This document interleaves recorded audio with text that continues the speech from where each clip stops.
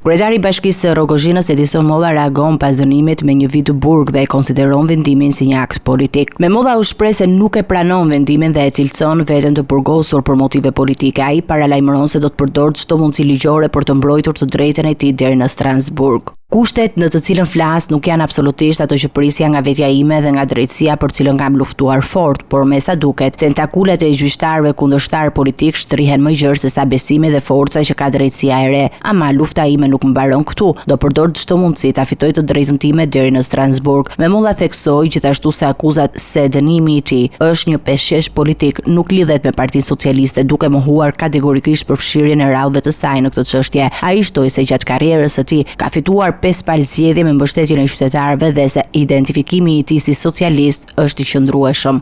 Fjala merr dhënë më shpejt se era dhe përveç se flitet se këtë situatë kam peshqesh nga kundërshtarët politik, nuk më pëlqen as pak ideja që diskutimi zgjerohet duke thënë që peshqeshi vjen nga radhët e Partisë Socialiste, qoftë brenda qytetit apo më lart. Miqtë e mi, me Partinë Socialiste dhe kryeministrin Edi Rama në krye, në Rogozhinë kemi fituar 5 palë zgjedhje. Qytetarët na besuan plot 5 herë për aq kohë sa kanë qenë drejtues apo kandidat. Nëse do të kishte sulme personale, askush s'do më kishte lejuar të ushtroja këtë pushtet me të gjithë ju për krah, nëse punët do të ishin ndryshe. Nga çfarë janë? Unë jam socialist dhe i tillë do të mbetem. Me Molla paralajmëroi se do të vijojë betejën ligjore duke shfrytzuar të gjithë rrugët e mundshme juridike për të sfiduar vendimin dhe për të rivendosur të drejtën e tij.